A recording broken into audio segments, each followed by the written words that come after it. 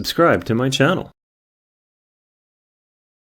মেয়েকে আর স্ত্রীকে ধাক্কা মারতে দিয়ে রাস্তাতে চলাফেরা করতে দিয়ে সেখানে ওই জালসা শুনে জান্নাত কেনার চেষ্টা করছেন নাকি? আপনারা কাটিহারের মানুষ মনে আমার বাংলা বুঝতে পারেন না, না বাংলা পড়ি একবার শুদ্ধভাবে বুঝতে পারেন তো আপনারা? জি, তো আমি এবার আপনাকে বলি যে ওই মেয়েটাকে বাজারে ঘুরতে দিয়ে সেখানে জালসা শুনে তাহাজ্জুদ দিয়ে জান্নাত কেনার চেষ্টা করছেন। ভুল হিসাব। এই হিসাবকে লাথি মেরে চূর্ণ বিচূর্ণ করে পানিতে ফেলে দিতে হবে। মহিলাকে বাজারে ফেলে দিয়েছে, নিজের কন্যাকে বাজারে ফেলে দিয়েছে, নিজের স্ত্রীকে বাজারে ফেলে দিয়েছে, এখানে তাহাজ্জুদ করে আর জালসা শুনে জান্নাত কেনার চেষ্টা করেন না। ভুল হিসাব। ওই যে মহিলাটা এখন ঘোরাঘুরি করছে ওখানে হাজার যুবক তাকে আজকে ধাক্কা মেরেছে।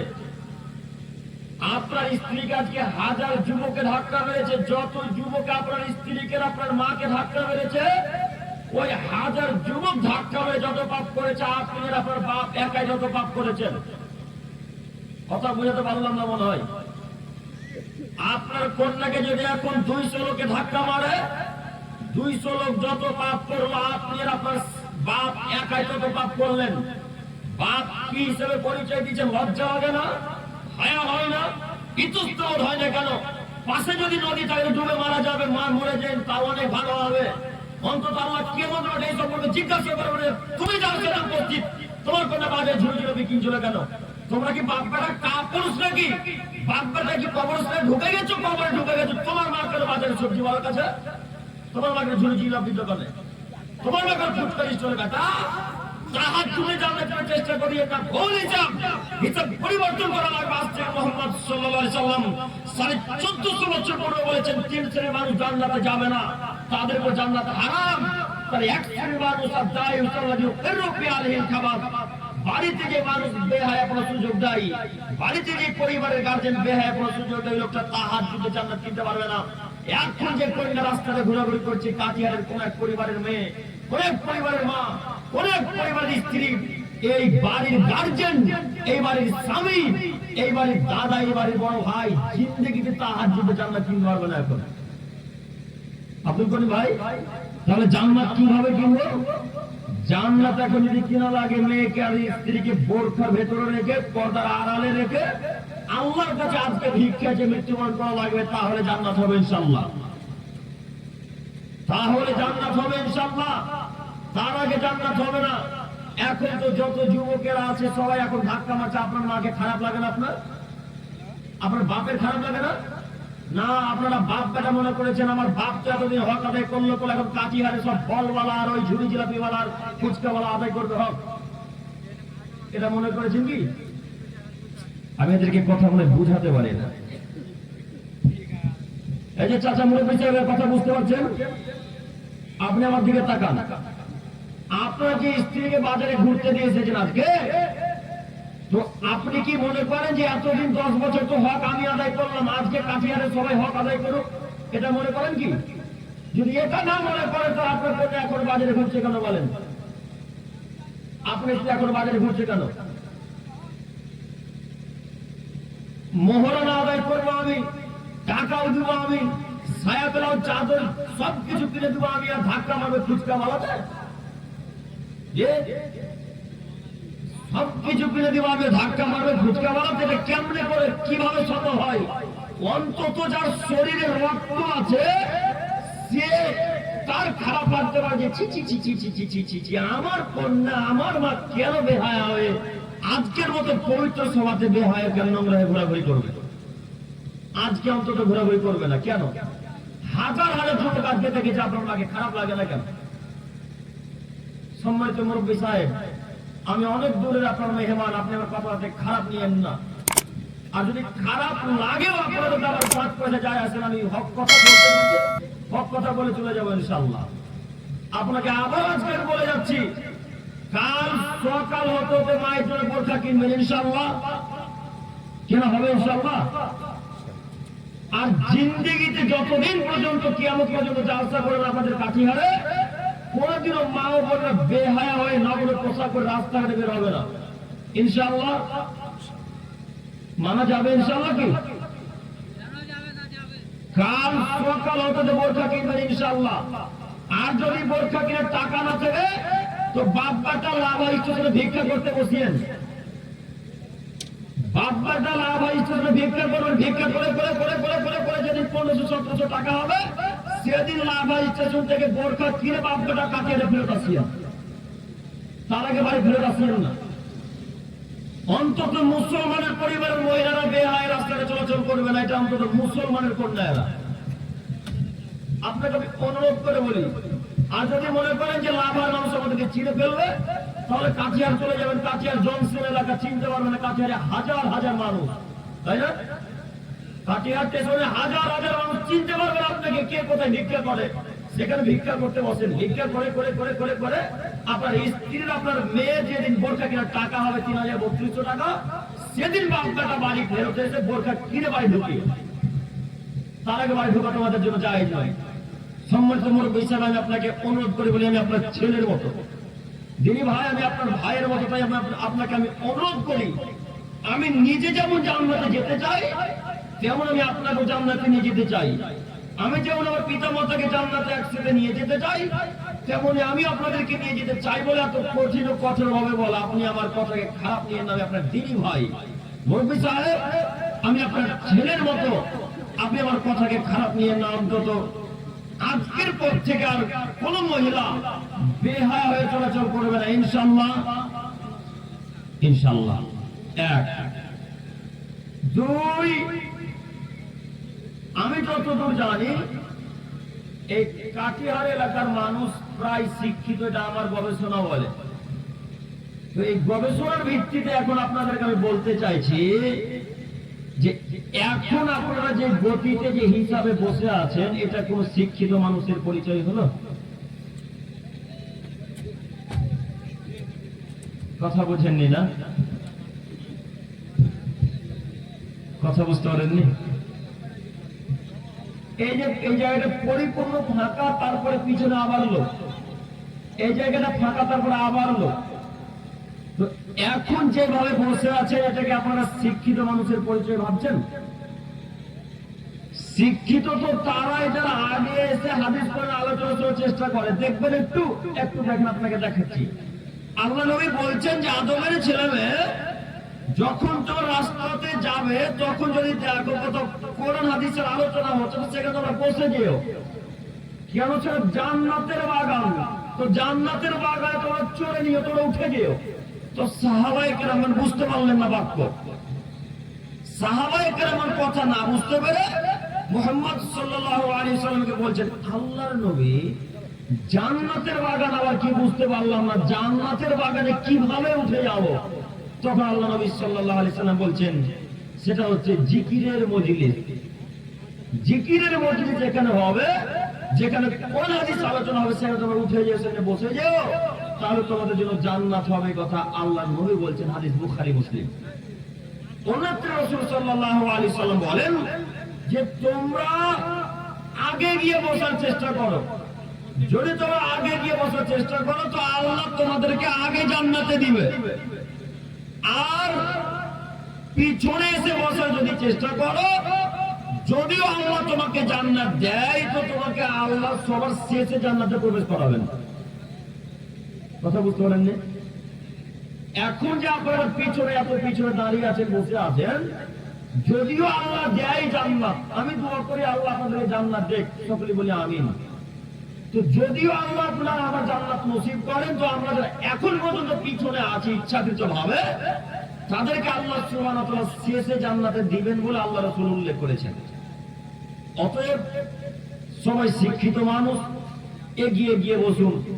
আপনাকে আমি অনুরোধ করে বলি, আমি আব্দুল করিম বিন আমিনুল ইসলাম যতক্ষণ পর্যন্ত এই চেয়ারে বসে থাকবো ততক্ষণ পর্যন্ত কোরআন হাদিস দিয়ে কথা বলবো ইনশাআল্লাহ। একটা বাক্য যদি কোরআন এবং হাদিসের বাইরে বলে, সঙ্গে সঙ্গে আব্দুল করিমকে বলেন যে আব্দুল করিম ভাই নেমে যান, আপনার বক্তব্যের প্রয়োজন নেই। এই গতিতে বক্তব্য দেওয়ার চেষ্টা করি ইনশাআল্লাহ।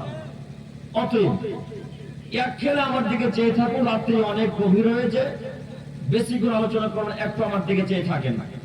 সম্মানিত মুরব্বী সাহেব, আমরা হাদিস এবং কোরআন পেশ করেছিলাম। আল্লাহ সুবহানাহু ওয়া তাআলা সারা পৃথিবীর মানুষকে কিয়ামতের মাঠে একত্রিত করবেন এই বিষয় নিয়ে। তার আগে জরুরি আর একটা কথা, যে হাদিসটা পরিপূর্ণ না করে একটা বাক্য বলে ছেড়ে দিচ্ছিলাম, একটু আপনাকে বলি। এক শ্রেণীর মানুষ জান্নাতে যাবে না, তারা হলো দায়ুজ। এতক্ষণ বলছিলাম এদেরকে আল্লাহ রাসূল দায়ুজ বলেছেন। দুই, যারা পিতা মাতার অবাধ্য চলে তারা জান্নাতে যাবে না। পিতা মাতাকে যারা গালি দিয়ে আজকে যাচ্ছে শুনতে এসেছেন, এরা জান্নাতে যাবে না। পিতা মাতাকে যারা গালি দেয় তারা জান্নাতে যাবে না। পিতা মাতাকে যারা কষ্ট দেয় তারা জান্নাতে যাবে না। তিন, মুদমিনুল খামর, যারা নিয়মিত নেশাদার দ্রব্য খায় পান করে তারা জান্নাতে যাবে না। কথা মুহাম্মদ সাল্লাল্লাহু আলাইহি সাল্লাম বলেন। সম্মানিত দিনী ভাই বোন, একটু এবার আপনাকে আমি বলি, আল্লাহ নবী আজকে 1400 বছর পূর্বে বলেন তিন শ্রেণীর মানুষ জান্নাতে যাবে না। তার এক শ্রেণীর মানুষ মুদমিনুল খামর, যারা বিড়ি, গুল, গুটখা, গাঁজা, হিরোইন, ইয়াবা, তিরঙ্গা, জর্দা, সিগারেট, খড়ি খায় পান করে যারা, এরা জান্নাতে যাবে না। কথা আল্লাহ নবী বলেন। সম্মানিত মুরব্বী সাহেব, এখন যদি আপনার পকেট চেক করা হয় তো আমি আশাবাদী আপনার পকেটে এখন একটা জর্দা পান আর গুল পাওয়া যাবে ইনশাআল্লাহ। পাওয়া যাবে না মনে হয়? পাওয়া যাবে? যাবে। আর যুবক ভাইদের পকেট চেক করে এখন সিগারেট পাবেন না তো বিড়ি পাবেন? পাওয়া যাবে না? আলহামদুলিল্লাহ। তো আল্লাহ নবী বলেন যে যারা নেশাদার দ্রব্য খায় পান করে তারা জান্নাতে যাবে না। কথা আল্লাহ নবী বলেন। নেশাদার দ্রব্য জিনিস হচ্ছে বিড়ি, গুল, গুটখা, গাঁজা, হিরোইন, ইয়াবা, তিরঙ্গা, জর্দা, সিগারেট, খৈনি, এগুলো সব নেশাদার দ্রব্য। এর একটাকেও যদি পান করতে সে জান্নাতে যাবে না। আইন আজকে পাস হয়নি, আইন আজ থেকে 1400 বছর পূর্বে পাস হয়েছে। আজ ওই হাদিস নাসাই এবং মিসকাতে পড়ে আছে। আপনার হুজুর বলার প্রয়োজন মনে করেনি, তাই আপনি নেশাদার দ্রব্য খায় পান করেন। কে বলেছে বিড়ি পান করা মাকরুহ? কে বলেছে জর্দা পান করা মাকরুহ? এমন কোন মায়ের বেলায় ওকে ক্ষমতা আছে বলতে পারে বিড়ি খাওয়া মাকরুহ? ওকে কাটিয়ারে যদি কবর না দেয় কোন হাদিস দিয়ে? এমন কোন মায়ের বেলায় ওকে ক্ষমতা আছে বলতে পারে মাকরুহ? মাকরুহ মানে খারাপ, অপছন্দনীয়। মাকরুহ মানে খারাপ, অপছন্দনীয়। আপনার হুজুর খারাপ জিনিস খাই, আপনাদের কাটিয়ার ইমামতির করে কোন লজ্জাই? আপনার হুজুর খারাপ জিনিস খাই, আপনাদের কাটিয়ার ইমামতি করে কোন লজ্জাই? এমন কোন মায়ের বেটা কাটিয়ার জন্মগ্রহণ করেনি বলতে পারে বিড়ি খাওয়া মাকরুহ, জর্দা পান খাওয়া মাকরুহ? কে বলেছে মাকরুহ? আমি আবার আজকে বলে যাচ্ছি, কাটিয়ারে বিড়ি খাওয়া হারাম, জর্দা পান খাওয়া হারাম, সিগারেট পান করা হারাম, বিড়ি পান করা হারাম, নেশাদার দ্রব্য যত যাবতীয় জিনিস আছে সব হারাম। আইন আজ 1400 বছর পাস হয়েছে, আগে পাস হয়েছে। যে বলে দিতে পারবে মাকরুহ সেদিন থেকে জাতিসংঘের কথাই বলবো না ইনশাআল্লাহ। কথা আমার কঠিন করে নেন। সম্মানিত মুরব্বী সাহেব, আপনাকে আমি অনুরোধ করে বলি, আজকে এখান থেকে তওবা করে উঠবেন যে জিন্দেগিতে বিড়িতে মুখ দেব না ইনশাআল্লাহ। কোনোদিনও জিন্দেগিতে বলতে পারবেন ইনশাআল্লাহ? ইনশাআল্লাহ। আজকে এখান থেকে যদি তওবা করে উঠতে পারেন, কালকে যদি মারা যদি জান্নাত আল্লাহ দিতে পারে, আমি বলছি যে আল্লাহ জান্নাত দিবে। তোরা একটা হাদিসের বিবরণ দ্বারা বোঝা যায় যে মুহাম্মদ সাল্লাল্লাহু আলাইহি সাল্লাম বলেছেন, কোন মানুষ যদি একদিন নেশাদার দ্রব্য খায় পান করে তাহলে তার 40 দিন কোনো ইবাদত কবুল হবে না। অন্যত্র রাসূল সাল্লাল্লাহু আলাইহি সাল্লাম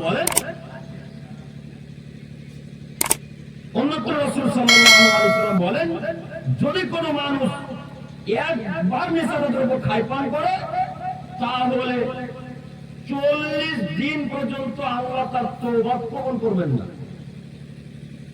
ওই মাতাটা খালার নার, এমন অবস্থা যদি সে লোকটা মারা যায়, সে লোকটা জাহান্নামে যাবে। কথা আল্লাহ নবী বলেন। এবার আপনাকে বলি, এই ছেলে তুমি আমার দিকে তাকাও। তুমি আজকে জালাসনটা আসার আগে একটা সিগারেট পান করে এখন এখানে এসেছে, তো তুমি কি খাতা কলমে বা গ্যারান্টি দিতে পারো যে 40 দিনের ভেতরে মারা যাবো না?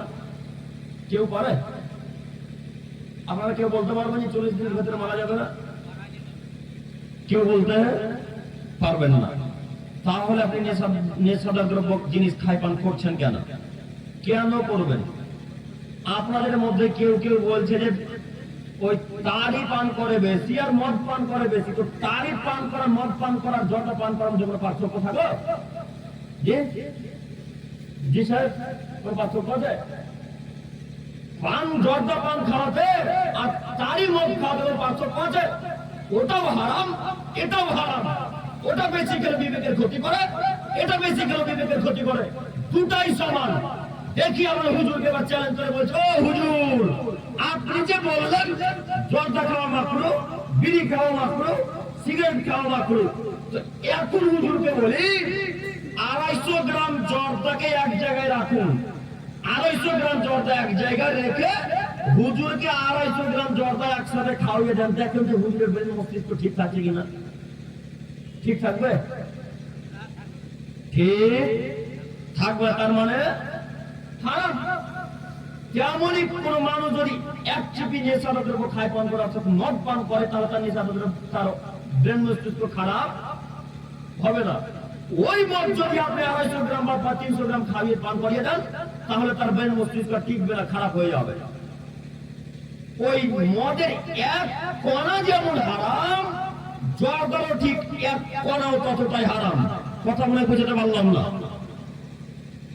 মদ তারি এক চিপি এক মুখি যেমন পান করা হারাম, জর্দার একটা কণাও পান করা ঠিক ততটাই হারাম। এই ছেলে, তোমাকে বলি, তুমি একটা মুসলমানের বাচ্চা, মুসলমান পরিবারে জন্মগ্রহণ করে কেন তুমি মদ পান করো? তোমার বিদ্যা বুদ্ধি নাই? তোমার হায়া লজ্জা নাই? তোমার কি ইতস্তবোধ কাজ করে না? নাকি তোমার মাথাতে যাতে সবই গোবর ভরা? তুমি কেন মদ পান করবে? আরে মদ পান করবে খ্রিস্টানেরা। তুমি কেন তাই পান করবে? তাই পান করবে নাসারারা। তুমি কেন মদ পান করবে? মদ পান করবে ইহুদিরা। তুমি কেন নেশাতে দেবো খাই পান করবে? মদ পান নেশাতে দেবো খাই পান করবে, তাই পান করবে সাঁওতালেরা, ডোমচামারেরা। তুমি কি সাঁওতালের বাচ্চা? তুমি কি ইহুদির বাচ্চা? তুমি কি নাসারার বাচ্চা? তোমার পরিবারে তারিখের কি করে আসতে পারে? তোমার পরিবারে মদ কিভাবে আসতে পারে? মুসলমানের বাচ্চা মুসলমান পরিবারে কোনোদিন মদ আসতে পারে না। মুসলমানের বাচ্চা মুসলমানের পরিবারে কোনোদিন তারি আসতে পারে না। এটাই মুসলমান নয়, এরা নামধারী মুসলমান। কাটিহারেরা বসবাস করছে নামধারী মুসলমান হিসাবে, শুধু গোশত খাওয়া মুসলমান হিসাবে। এদেরকে যখন কাটিহারে কোনো হিন্দু খ্রিস্টানরা কাটছে, তখন বলছে যে আমাদের মুসলমানকে হত্যা করে দিল। তো তোমাকে হিন্দুরা কাটবে, তো কাকে কাটবে? খ্রিস্টানকে কাটতে যাবে? হ্যাঁ, তোমাকে ইহুদিরা কোচে করা করে কেটে নদীতে ভাসাবে, তো ওই নাসারাদেরকে কাটতে যাবে না? তারা কোনোদিন হিন্দুকে কাটবে না, তারা কোনোদিনও সাঁওতালকে কাটবে না। কেন? তাদের সব থেকে বড় শত্রু তুমি আর তোমার বাপ আর আমরা। ইহুদি, খ্রিস্টান, হিন্দুদের সব থেকে বড় শত্রু হলো মুসলমানের বাচ্চা মুসলমান। তারা তো বলছে, আরে বেটা, এরা তো মদ পান করে, এরা তো গাঁজাও খায়, এরা হেরোইনও পান করে, এরা জর্দা পানও খায়, এরা বিড়ি সিগারেট খায়, এদেরকে হত্যা করা আমাদের পক্ষে একেবারেই সহজ। কোন একটা কাজের বাহানাতে হিন্দু তোমার বন্ধু তোমাকে কাটিহার স্টেশনে নিয়ে গিয়ে মদ পান করে তোমার ব্রেন মস্তিষ্ক খারাপ করে ট্রেনের উপরে সুযোগ তোমাকে হত্যা করে ফেলবে। কথা বুঝতে পারলাম না মনে হয়? কথা বুঝতে পারছেন আপনারা? এমন একটা পরিমাণে নেশার দ্রব্য আসতে পারে, কিভাবে কিভাবে আসতে পারে? যুবক ভাইয়ের উদ্দেশ্যে আবারও বলি, এই গ্রাম নেশার দ্রব্য তাড়িতে নাকি খুব বিজি মানুষ, ব্যস্ত এরা। এই ছেলেরা তাড়ি নিয়ে ব্যস্ত, মদ নিয়ে ব্যস্ত। যুবক শোনো, তোমার দ্বারাই সমাজ উপকার হবে, এই বৃদ্ধদের দ্বারা সমাজ উপকার হবে না, এটা আমি আবার বলে যাচ্ছি। যুবকদের দ্বারা যত উপকার হয়, গ্রামের মুরব্বীদের দ্বারা তত উপকার হবে না। তাই যুবক, তুমি শোনো, যুবক অবস্থাতে জীবনে কিছু করার চেষ্টা করো। যুবক অবস্থায় আল্লাহ ইবাদত যেমন খুব পছন্দ করে, বৃদ্ধ অবস্থায় আল্লাহ তত ইবাদতকে পছন্দ করেন না। তাই যুবক, তোমাকে আমি অনুরোধ করে বলি, আজকে এখান থেকে তওবা করো যে আল্লাহ জিন্দেগিতে আর যতদিন পর্যন্ত পৃথিবীর মুখে কিয়ামত পর্যন্ত বেঁচে থাকবে, আল্লাহ কোনদিন মদ আর তারির মুখে, তারি জিনিস মুখে দেবো না। আল্লাহ আজকে এই জিনিসগুলো মুখে দেবো। আল্লাহ, আল্লাহ তুমি আমাকে ক্ষমা করো। এ বাক্য বলে উঠতে পারবো ইনশাল্লাহ? পারবো ইনশাল্লাহ? আজকে বাক্য বলে ওঠেন, বাঁচার পথ আছে ইনশাল্লাহ। সম্মানিত দিনী ভাই, তোমাকে আর একটা হাদিস শোনাই। যারা নেশার দ্রব্য নিয়ে ব্যস্ত তাদেরকে বলি, আপনারা সকলে হাদিসটা মনোযোগ সহকারে শ্রবণ করবেন। আব্দুল্লাহ ইবনে ওমর রাদিয়াল্লাহু তাআলা আনহু থেকে বর্ণিত, তিনি বলেন, রাসূলুল্লাহ সাল্লাল্লাহু আলাইহি ওয়াসাল্লাম বলেছেন, লা ইয়াদখুলুল জান্নাতা মুদমিনুল খামর। যারা নেশার দ্রব্য খায় পান করে তারা জান্নাতে যাবে না। যারা নেশার দ্রব্য খায় পান করে এরা জান্নাতে যাবে না, কথা আল্লাহর নবী বলেন। এক আর একটা হাদিস বলে, দুইটা হাদিসের ব্যাখ্যা একসাথে করব। আমর ইবনে ইয়াসার রাদিয়াল্লাহু তাআলা আনহু থেকে বর্ণিত, তিনি বলেন, রাসূলুল্লাহ সাল্লাল্লাহু আলাইহি ওয়াসাল্লাম বলেছেন সালাসাতুল লা ইয়াদখুলুনাল জান্নাতা আবাদা, তিন শ্রেণীর মানুষ জান্নাতে যাবে না। তিন শ্রেণীর মানুষ জান্নাতে যাবে না। এক, মুদমিনুল খামর, যারা নিয়মিত নেশার দ্রব্য খায় পান করে এরা জান্নাতে যাবে না। দুই, আর রাজুলাতু মিনান নিসা, পুরুষদের বেশধারী নারী জান্নাতে যাবে না। তিন, আদ-দায়ুস আল্লাযী ইউকিররু ফি আহলিহিল খাবাস, বাড়িতে যারা বেহায়াপনার সুযোগ দেয় অর্থাৎ দায়ুস, এরা জান্নাতে যাবে না। এই দুইটি বাক্যের ব্যাখ্যা পরে প্রথম বাক্যের ব্যাখ্যা আগে। এক, আল্লাহ নবী বলেন মুদমিনুল খামর, যারা নিয়মিত নেশার দ্রব্য খায় পান করে এরা জান্নাতে যাবে না। হে আমার প্রিয় ভাই, নিয়মিত নেশার দ্রব্য পান করা যেমন পাপ, একদিন তারিতে মুখ দেওয়া ঠিক ততটাই পাপ। প্রতিদিন বিড়ি পান করা যেমন পাপ, একদিন বিড়িতে মুখ দেওয়া ঠিক ততটাই পাপ।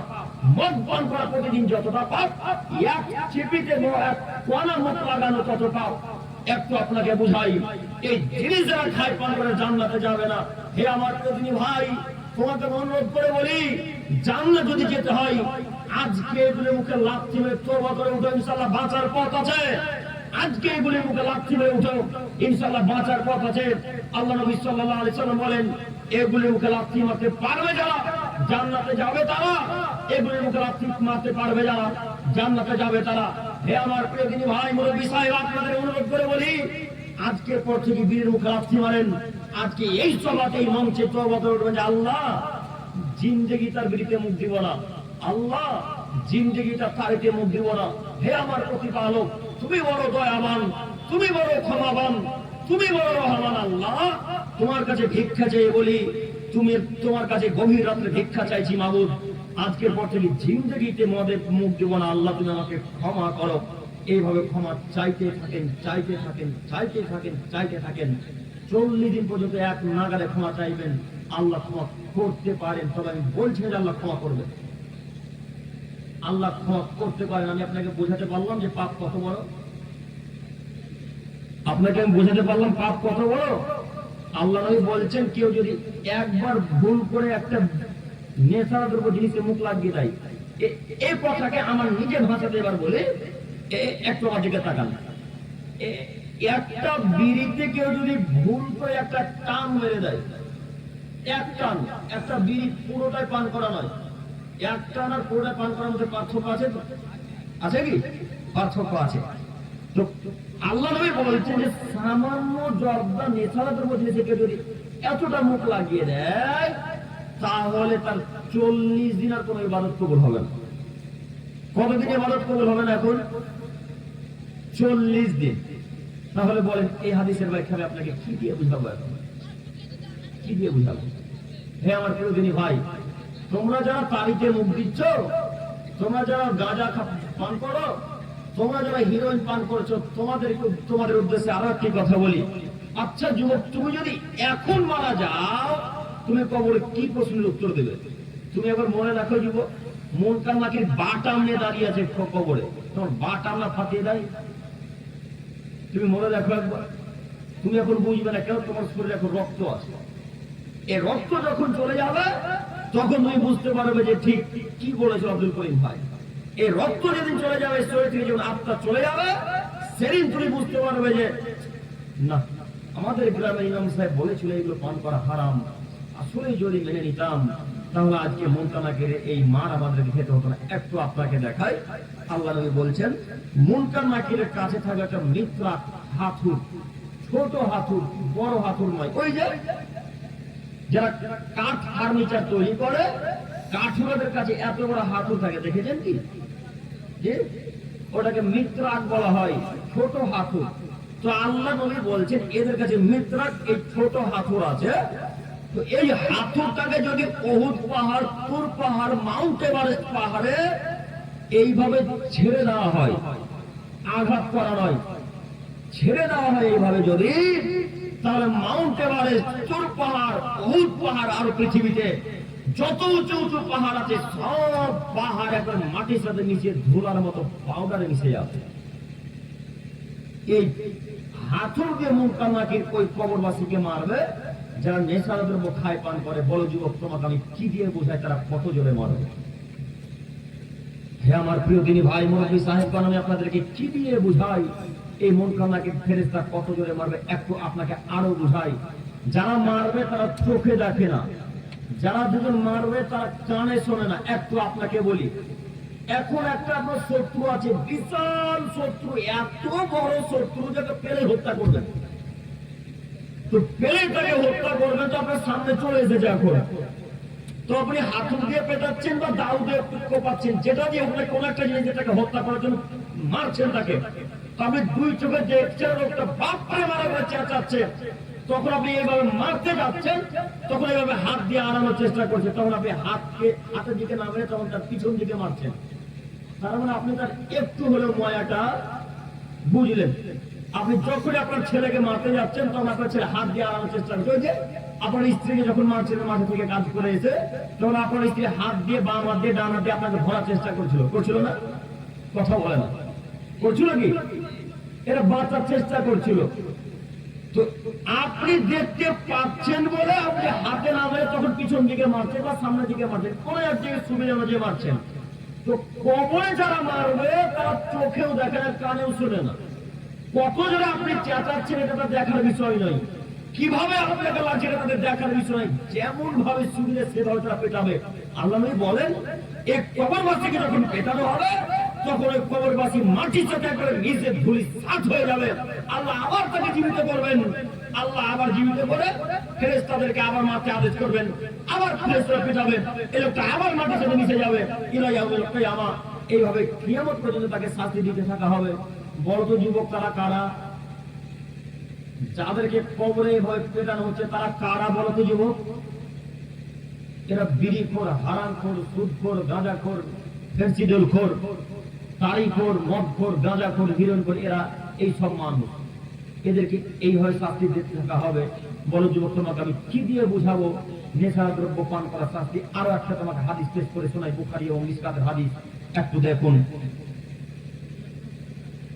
জাবের রাদিয়াল্লাহু তাআলা আনহু থেকে বর্ণিত, তিনি বলেন রাসূলুল্লাহ সাল্লাল্লাহু আলাইহি সাল্লাম বলেছেন, ইন্না আলাল্লাহি আহাদান, নিশ্চয় আল্লাহ সুবহানাহু ওয়া তাআলা ওয়াদা করেছেন, লিমান সারাবাল মুসকিরা ইয়াসকিয়াহুল্লাহু ফিতনাতুল খাবাল, যারা নেশার দ্রব্য খায় পান করে তাদেরকে আল্লাহ সুবহানাহু ওয়া তাআলা তিনাতে খাবার পান করাবেন। এই তিনাতে খাবার আরবি বাক্য, এরপরও সাহাবায়ে কেরামগণ আরবি বাক্য বুঝতে পারলেন না। আরবি বাক্য যখন বুঝতে পারলেন না তখন আল্লাহ নবীকে বলছেন, ইয়া রাসূলুল্লাহ ওমা তিনাতুল খাবার, কি লা রাসূলুল্লাহ ওমা তিনাতুল খাবার, আল্লাহর নবী তিনাতে খাবার আবার কি জিনিস একটু বুঝিয়ে বলেন না? তখন আল্লাহ নবী সাল্লাল্লাহু আলাইহি সাল্লাম বলছেন, হ্যাঁ শোনো, তিনাতে খাবার হচ্ছে আরাফু আহলিন নার আও উসারাফু আহলিন নার, জাহান্নামীদেরকে যখন জাহান্নামে নিক্ষেপ করা হবে, জাহান্নামীদেরকে যখন একত্রিত করে জাহান্নামে নিক্ষেপ করা হবে, জাহান্নামে নিক্ষেপ করার পর আগুনে ঝলসে পুড়ে যখন তাদের শরীর থেকে রক্ত আর পুজ পদার্থ যখন বের হবে, ওই রক্ত আর পুজটার নাম হচ্ছে তিনাতে খাবার। এই রক্ত পুজ জাহান্নামীদের রক্ত পুজ পান করা হবে তাদেরকে, যারা মদ পান করে, যারা ছাই পান করে, যারা বিড়ি পান করে, যারা সিগারেট পান করে, যারা গাঁজা পান করে, যারা হিরোইন পান করে, এই রক্ত পুজ তাদেরকে পান করানো হবে। সহিহ বুখারী ও মিশকাতের হাদিস। আমি আপনাকে কি দিয়ে বুঝাবো এই হাদিসের অর্থ? হে আমার প্রিয় দিনী ভাই, এই হাদিস তুমি কত সহজ ও কঠিন করে নিচ্ছ আমি বুঝতে পারি না। তবে তোমাকে একটু আমি বলি, কিয়ামতের মাঠ যে কত কঠিন, জাহান্নাম যে কত কঠিন, তোমাকে আমি কি দিয়ে বুঝাই? জাহান্নামে যখন মানুষকে ফেলে দেওয়া হবে, সর্বপ্রথম তার অন্তরকে পুড়িয়ে ছারখার করে দিবে। পৃথিবীর আগুনে যদি আমাকে আপনাকে ফেলে দেওয়া হয়, তাহলে পৃথিবীর আগুনে প্রথমত এই কাপড়কে পোড়াবে, তারপরে চামড়াকে পোড়ানো হবে, তারপর আস্তে আস্তে গোশ পুড়ে পুড়ে তারপরে ভেতর পড়বে। আর জাহান্নামের আগুনে যখন আল্লাহ তাআলা আপনাকে ফেলে দিবে, তখন সর্বপ্রথম আপনার অন্তরকে পুড়িয়ে দিবে। আপনি বাপরে মানে করে চেঁচাবেন, এই চেঁচামেচি কোনো কাজে আসবে না, এই চেঁচামেচি কোনো কাজে আসবে না। তাই অনুরোধ করে বলি, যদি কান্নাকাটি চিৎকার করে কড়াই লাগে তাহলে পৃথিবীতেই করতে হবে। যদি চিৎকার করে কান্নাকাটি কড়াই লাগে, মসজিদে গিয়ে কান্নাকাটি করা লাগবে। কান্নাকাটি যদি করতে হয় তো জাহান্নামে নয়, কবরে গিয়ে নয়, কবরে গিয়ে কান্নাকাটি করে কোনো লাভ নেই, জাহান্নামে গিয়ে কান্নাকাটি করে কোনো লাভ নেই। কান্নাকাটি করতে হলে বাড়িতেই করা লাগবে, ফজরের পূর্বে কান্নাকাটি করতে হলে ফজরের পরে কান্নাকাটি করুন, ইনশাআল্লাহ অনেক উপকার হবে। আর অন্তত আজকে এখান থেকে তওবা করবেন যে হ্যাঁ আমার প্রতিপালক আজকের পর থেকে জিন্দেগি তার এই নেশার দ্রব্য জিনিসে মুখ দেবো না। পারবো ইনশাআল্লাহ? সকলে বলি ইনশাআল্লাহ। ইনশাআল্লাহ। আল্লাহ তুমি কাটিহারের মানুষকে নেশার দ্রব্য থেকে দূরে থাকার তৌফিক দান করো। সকলে বলি আমিন। সম্মানিত মুরব্বী সাহেব, আপনারা আমার কথা বুঝতে পারছেন কিনা আমিও বুঝতে পারি না। তো রাত্রিও গভীর হয়েছে, হয়তো আপনারা বিরক্ত বোধ করছেন। বিরক্ত লাগছে কি? বিরক্ত বোধ করবেন, রাত্রি যেহেতু গভীর হয়েছে। তাই আপনাকে আরো অনুরোধ করে কথা বলি, একটু মনোযোগ সহকারে শ্রবণ করেন, ইনশাআল্লাহ কোনো না কোনো উপকার হবেই। একটু মনোযোগ সহকারে বক্তব্য শ্রবণ করেন, দেখেন কোনো না কোনো উপকার হবেই। আমি যে কথা বলবো সেই কথা আপনার হুজুর বলবে না। কেন? হুজুর যদি এই কথা বলে তাহলে আপনার হুজুরের ব্যবসা বন্ধ হয়ে যাবে। আমি যে কথা বলতে যাচ্ছি এই কথা যদি হুজুর বলে তাহলে হুজুরের ব্যবসা বন্ধ হয়ে যাবে। কেন বলেন তো? হুজুরে যে গুল খায়, তাই না? হুজুরে যে জর্দা খোরপান খায়, জর্দা পান খায়, তাহলে হুজুরের অবস্থা কি হবে বলেন?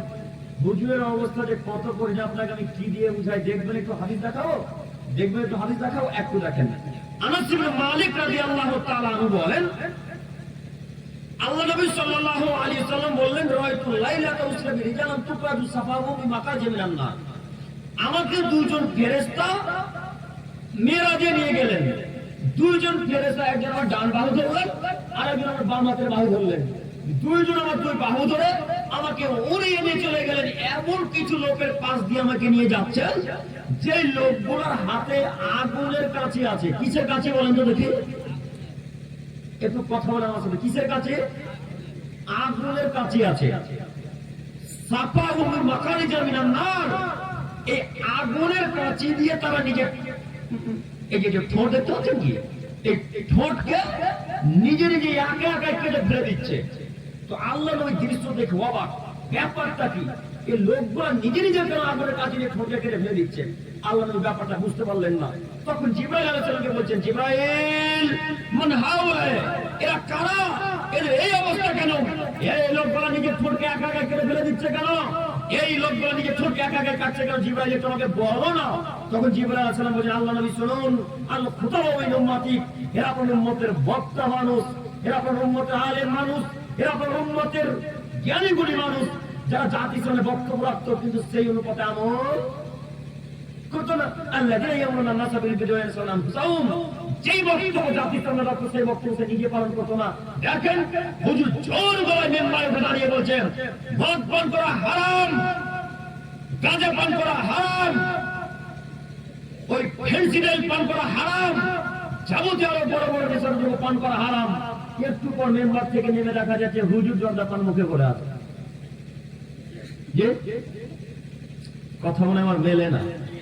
মেলে কি কথা? কথা মিলছে কি? হুজুর বলছে বক্তব্যের মাঝে যে মদ পান করা হারাম, তালি পান করা হারাম, গাঁজা পান করা হারাম, এ জগতে আরো অনেক বড় বড় হারাম জিনিস আছে, এগুলো হারাম। হুজুর নাম নিচ্ছে, কিন্তু হুজুর যে নিজে জর্দা পান খাচ্ছে এটা হুজুরের মাথাটার কাজ করে না। তো বলেন, এই হুজুর নিজের ঠোঁট কাটবে না তো কে কাটবে? হিন্দুরা কাটবে?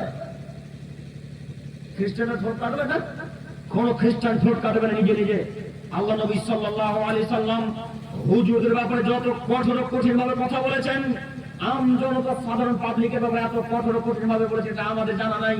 তবে আপনাকে অনুরোধ করে বলি, যতটুকু আমল করতে পারবেন ততটুকু মানুষকে বলার চেষ্টা করবেন, যতটুকু আমল করতে পারবেন ততটুকু বলার চেষ্টা করবেন, যতটুকু আমল করতে পারবেন ততটুকু বলার চেষ্টা করবেন। একটু আপনাকে বলি, হুজুর বলছে দাড়ি কাটা হারাম, দাড়ি কাটা যাবে না।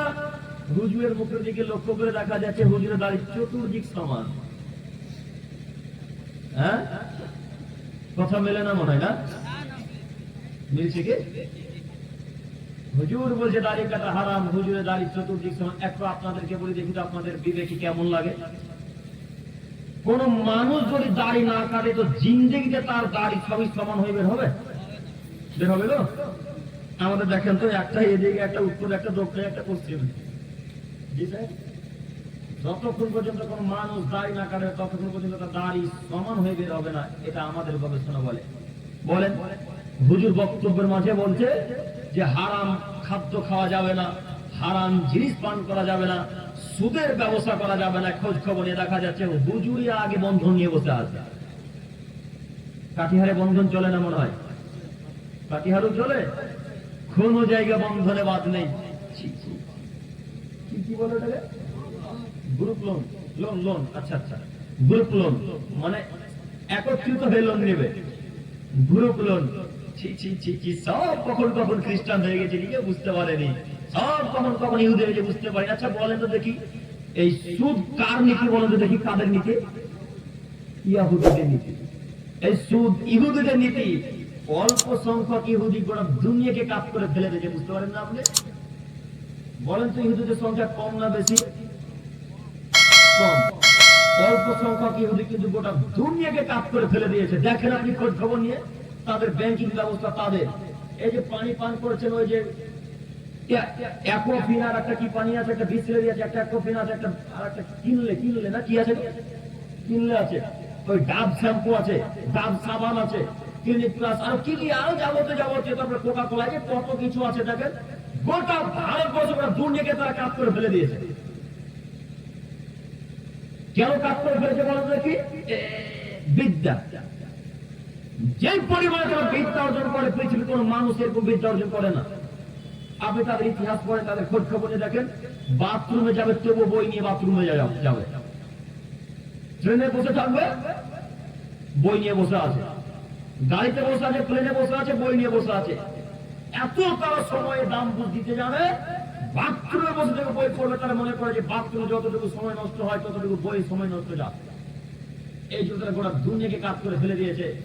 আপনাকে বলতে চাইছি যে এই কাজ হলো তাদের নীতি। ইহুদিরা মনে করেছে যদি টাকা জাতিকে দিয়ে দিতে পারি তাহলে সবাই আমাদের পায়ে চলে থাকবে, যখন যা বলবো তখন তা মানতে বাধ্য, যদি না মানে তাহলে ওরা টাকা এখনই ফেরত দেবে, তোমার দেশকে ধ্বংস করে দেবো, তখন ভারতবর্ষ টাকা দিতে বাধ্য। ঠিক আপনিও তেমন। ওই যে গ্রুপ লোন নিয়েছেন, এই গ্রুপ লোন বলা যদি কালকে বলে যে লোন দিতে হবে কালকের মধ্যেই, আপনি তখন বলবেন দিতে পারেন, তখন আপনার বাড়িতে এসে তালা মেরে চলে যাবে। কথা মিলে না? ওই কিছুদিন আগে একটা খবর দেখছিলাম, ওই আমাদের যেটা পশ্চিম বাংলার খবর, আপনাদের কাঠিয়ারের খবর আর পশ্চিম বাংলার খবর আলাদা। তো চ্যানেলটার নাম কি যেন মনে আছে, তো ওই চ্যানেলে খবর ছেড়েছে যে আজ থেকে 5 বছর আগে 5 লক্ষ টাকা স্টেট ব্যাংক থেকে লোন নিয়েছিল, শোধ করতে না পারায় পুলিশ অফিসার এসে তার বাড়িতে তালা মেরে তার বাড়িতে যত কিছু সব জব্দ করে নিজের কাছে রেখে তাদের বাড়ি থেকে তাড়িয়ে দিয়েছে। আর আল্লাহ নবী বলছেন যারা সুদ খাবে তারা একদিন ভিক্ষুক হবেই হবে। তার বাস্তব প্রমাণ আপনাকে আমি দেখালাম, আপনি নিজেও দেখেন। এত কাজকর্ম করছেন তো মনে হচ্ছে টাকাতে বরকতি আসে না, তাই না? আসবে কিভাবে? বন্ধনকে নিয়ে রেখেছেন, কিভাবে বরকত হবে? জি না, অসম্ভব বরকত আসতে পারে না। যেই পরিবারে সুদের ব্যবস্থা চলে, যেই পরিবারে বন্ধনের ব্যবস্থা চলে, যেই পরিবারে হারামের ব্যবস্থা চলে, ওই পরিবারে জিন্দেগিতে বন্ধন, ওই পরিবারে জিন্দেগিতে ব্যবস্থা বরকত আসতে পারে না, ওই পরিবারে জিন্দেগিতে বরকত আসতে পারে না। একটু আপনাকে দেখাই কিভাবে একজন মুসলমান বাচ্চা মুসলমান ওই বন্ধনের ব্যবস্থা চালাতে পারে, কিভাবে একজন মুসলমানের বাচ্চা মুসলমান লোন চালাতে পারে। আল্লাহ নবী সাল্লাল্লাহু আলাইহি সাল্লাম বলেছেন সুদের পাপ কত জঘন্য আপনাকে দেখাই, সুদের পাপ কত জঘন্য আপনাকে দেখাই। হানজালা রাদিয়াল্লাহু তাআলা বলেন রাসূল সাল্লাল্লাহু আলাইহি সাল্লাম বলেছেন দিরহামুর রিবা ওয়া ইয়াকুলু রাজুল ওয়া হুয়া ইয়ালসাদু মিন সিত্তাতি সালাসিনা জিনিয়া। আদমের ছেলে মেয়ে ছিল, তোমাদের মধ্যে যদি কোনো মানুষ, তোমাদের মধ্যে যদি কোনো নারী 1 টাকা জেনে শুনে সুদ খায়, 36 বার জেনা করলে যে পাপ হবে, 1 টাকা সুদ খেলে সেই পাপ হবে। আদমের ছেলে মেয়ে শোনো, তোমাদের মধ্যে যদি কোনো মানুষ 1 টাকা জেনে শুনে সুদ খায়, 36 বার জেনা করলে যে পাপ হবে, 1 টাকা সুদ খেলে সেই পাপ হবে। আর একটা হাদিস বলে তারপরে ব্যাখ্যা। আবু হুরায়রা রাদিয়াল্লাহু তাআলা বলেন রাসূল সাল্লাল্লাহু আলাইহি সাল্লাম বলেছেন আর রিবাউ সাবুনা হুবান, সুদের 70টা স্তর রয়েছে, সুদের 70টা ভাগ রয়েছে। আইজেনকে রাজুল উম্মাহু, তার মধ্যে সবথেকে নিম্নতর স্তর, তার মধ্যে সবথেকে ছোট স্তর হলো মায়ের সাথে জেনা করা। নাউজুবিল্লাহি মিন যালিক। ছি ছি ছি ছি ছি ছি ছি ছি। আপনার একটুকু খারাপ লাগে না? ছি, একটুকু খারাপ লাগে না? প্রতিদিন আপনার স্ত্রীকে বন্ধন দিতে পাঠাচ্ছেন, একটুকু খারাপ লাগে না? ছি, লজ্জা লাগে না? হায়া হয় না কেন? আল্লাহ নবী আজ থেকে কি খারাপ করে জাতিকে বলবে বলেন? এই হাদিস যখন এক একাই পড়ি তখন ভাবি যে আল্লাহ এই কথা কিভাবে জাতির সামনে বলবো? কেউ মায়ের সাথে আবার জেনা করে, কেউ মায়ের সাথে আবার জেনা করে। হ্যাঁ জেনা করে, একটু দেখাচ্ছি দেখুন। আল্লাহ নবী বলছেন ইহুদি খ্রিস্টানেরা পাপ করতে করতে করতে করতে করতে করতে তারা মায়ের সাথে জেনা লিপ্ত হয়েছিল। ইহুদি খ্রিস্টানেরা জেনা করতে করতে করতে করতে মায়ের সাথে জেনাতে লিপ্ত হয়েছিল। তেমনি আমার উম্মতের কিছু লোক পাপ করতে করতে করতে জেনা করতে করতে করতে করতে করতে তারপর মায়ের সাথে জেনা লিপ্ত হবে। এই সেই পাপ, এই সেই পাপ। রাসূলের ভবিষ্যৎবাণী মিথ্যা হবে না, মিথ্যা হবে না বলেন ইনশাআল্লাহ। আল্লাহ রাসূলের ভবিষ্যৎবাণী কোন মিথ্যা হবে? আল্লাহ নবী বলছেন আমার উম্মতের মধ্যে কিছু মানুষ সুদ পান করবে, সুদ খাবে, তারা মায়ের সাথে জেনা করবে ইহুদি খ্রিস্টানদের মতো। হে আমার প্রিয় যিনি ভাই মুরব্বী সাহেব, বাড়িতে 1 লাখ টাকা লোন নিয়েছেন, কতবার যে মায়ের সাথে জেনা করার মতো পাপ হয়েছে, একটু খারাপ লাগে না? শরীরে খারাপ লাগবে কিভাবে? মাথাতে যে যা আছে সবই গোবর ভরা, মগজ নাই মাথাতে। মগজ ছেড়ে অন্তত একটা আলেমকে জানতেন যে শেখ বা আলেম ভাই বা কোনো নাম ধরে তাকে বললেন বাড়িতে তো এত অসুবিধা, তো বন্ধন নাকি নেওয়া যায়, বন্ধন নাকি নিব? তখন সেই হুজুর সে আলেম কি ফতোয়া দিচ্ছিল, নিলেন না? তার আগে কেন বন্ধন নিতে চলে গেলেন? কেন তার আগে গ্রুপ লোন নিতে চলে গেলেন? মুরব্বী সাহেব আপনাকে এবার আমি দেখাচ্ছি দেখুন আরো একটি কথা, যে বন্ধন লোন নিয়ে আপনি 2টা পাপের কাজ করেছেন। এক, বন্ধন নিয়ে আপনি সুদের মতো হারামের জঘন্য পাপে লিপ্ত হয়েছেন। 2, ওই বন্ধনের লোন টাকা দিতে আপনার স্ত্রীকে পাঠাচ্ছেন, যে আপনার স্ত্রী এমন সাজগুজ করে যাচ্ছে মনে হচ্ছে যেন এখন বাসুর ঘরে ঢুকবে। আয়েশা রাদিয়াল্লাহু তাআলা আনহা বলছেন যে আমি তো ছোট মহিলা, আমি তো তেমন বুঝি না কিভাবে সাজাগোজা করতে হয়, তো আমাকে আমার দিদি আসমা আমাকে ধরে নিয়ে এলো, তখন আমার গায়ে হাতে ধুলাবালি লেগেছিল। তার মানে আয়েশা রাদিয়াল্লাহু তাআলা আনহা ধুলাবালিতে খেলছিলেন। তো আসমা তার বড় দিদি তাকে ডেকে নিয়ে আসলেন, তাকে সাজাচ্ছেন। এখন কার জন্য সাজাচ্ছেন বলেন তো দেখি? কথা বুঝতে পারলাম না। আসমা রাদিয়াল্লাহু তাআলা আনহা এখন কার জন্য আয়েশা রাদিয়াল্লাহু তাআলা আনহাকে সাজাচ্ছেন? মুহাম্মদ সাল্লাল্লাহু আলাইহি সাল্লামের জন্য। কেন? মুহাম্মদ সাল্লাল্লাহু আলাইহি সাল্লামের স্ত্রী হচ্ছেন আয়েশা রাদিয়াল্লাহু তাআলা। তো আয়েশাকে আল্লাহ রাসূলের কাছে পাঠাবেন, ওর স্বামী বাসুর রাত হবে এখন। তো আয়েশা সাজগুজ করে আল্লাহ রাসূলের কাছে যাচ্ছে, কেন? সেটা তার স্বামী।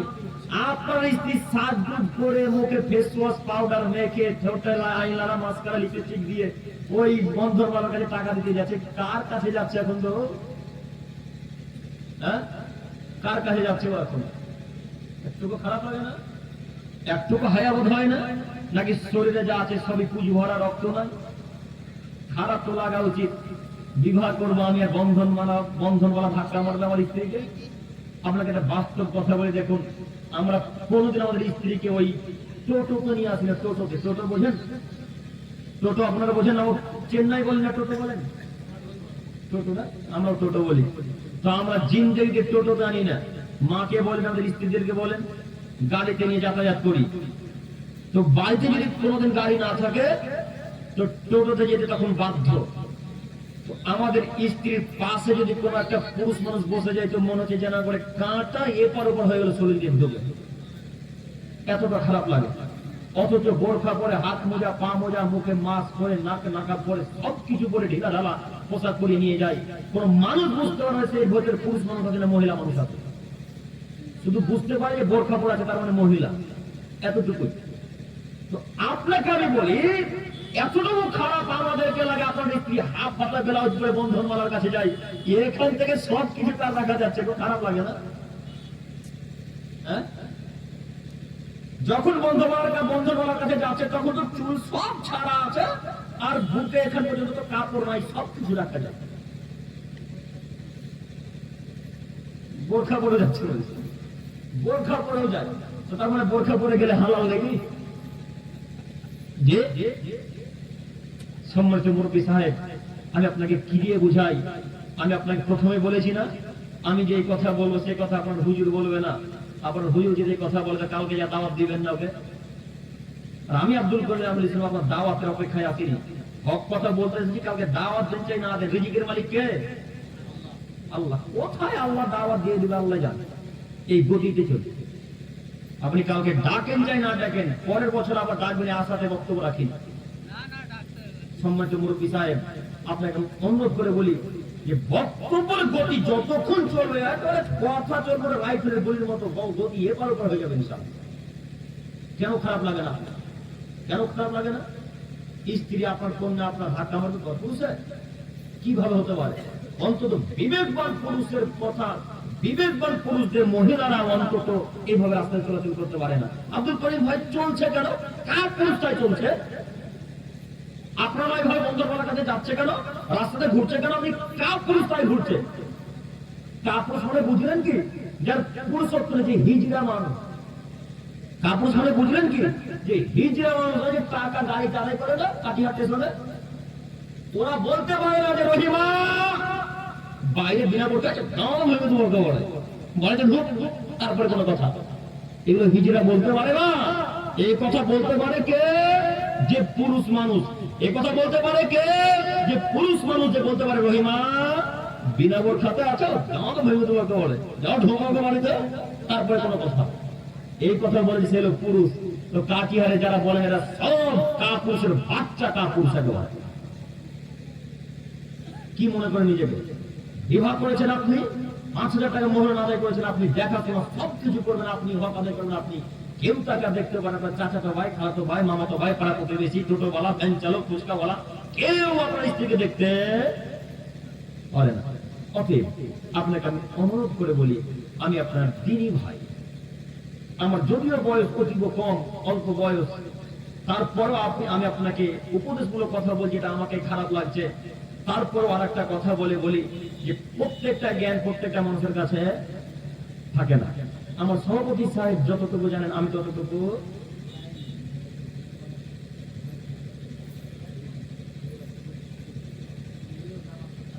জি জি জি তো জানে না।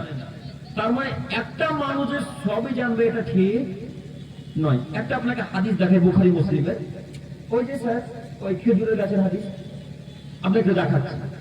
আল্লাহ নবী বলছেন যে সাহাবায়ে কেরামগণ বলো তো দেখি তোমরা বনের মধ্যে একটা গাছ আছে, সেই গাছের পাতা কোনোদিন খসে পড়ে না, তোমরা কি বলতে পারো সেই গাছটা কি? তখন আবু বকর বলছে আল্লাহ রাসূল অমুক গাছ, আলী বলছেন অমুক গাছ, ওমর বলছেন অমুক গাছ, উসমান রাদিয়াল্লাহু তাআলা আনহু বিখ্যাত সাহাবী ওরা বলছে অমুক গাছ। তো পাশে বসে আছেন আব্দুল্লাহ। তো আব্দুল্লাহ মনে মনে বলছে এটা নিশ্চয় খেজুরের গাছ হবে।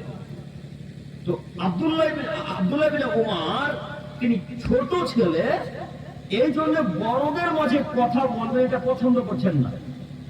হিসাব করতে পারছেন কত জ্ঞান তাদের? কথা বুঝতে পারছি কি?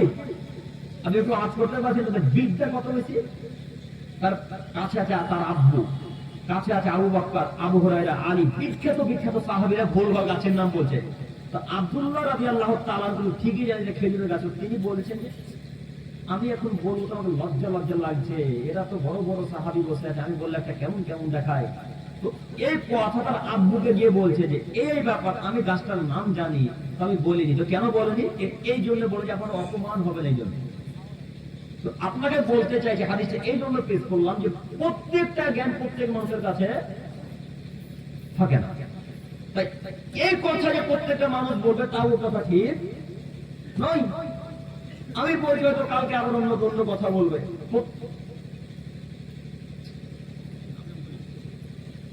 কালকে অন্য কথা বলবে। তাই অনুরোধ করে বলি যে যেহেতু আমি আপনার বয়সে অনেক ছোট, আমি আপনার নাতি পোতার বয়সের মতো ছেলে, এই ছেলেগুলোদের মতো আমার বয়স। তাই আপনাকে অনুরোধ করে বলছি আপনি আমার কথাকে খারাপ নিয়েন না, একটু কথাগুলোকে বিবেচনা করে মানবতা বজায় রেখে মানার চেষ্টা করবেন, ইনশাআল্লাহ পরকালে জান্নাত হবে। এরপরে এবার আসি বিড়ি বাঁধা। বিড়ি বাঁধা কি দিকে